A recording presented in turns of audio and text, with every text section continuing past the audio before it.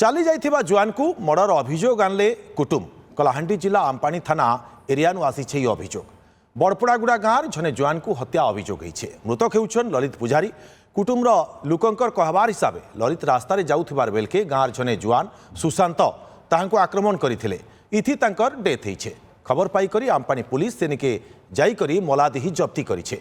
घटनार अभियुक्त सुशांत के थाना रे अटक रखी पचरा उचरा चली सूचना मिली है। एभे तक केन थिल लगी आर काँ करी ई घटना हैला से बाबदे स्पष्ट नहीं।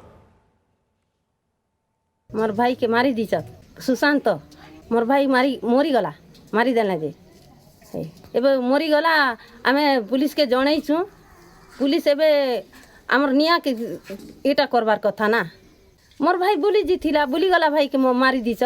हाँ अभियोग दीचु। आसुले कल बुधवार दिन घर आड़े आसते आर हेपाखु से पचाड़े आसिक टोटाल धरिकिना पूरा इटा कर प्रशांत कुमार नहीं ठेगा आनिकिना पूरा बाड़े ले।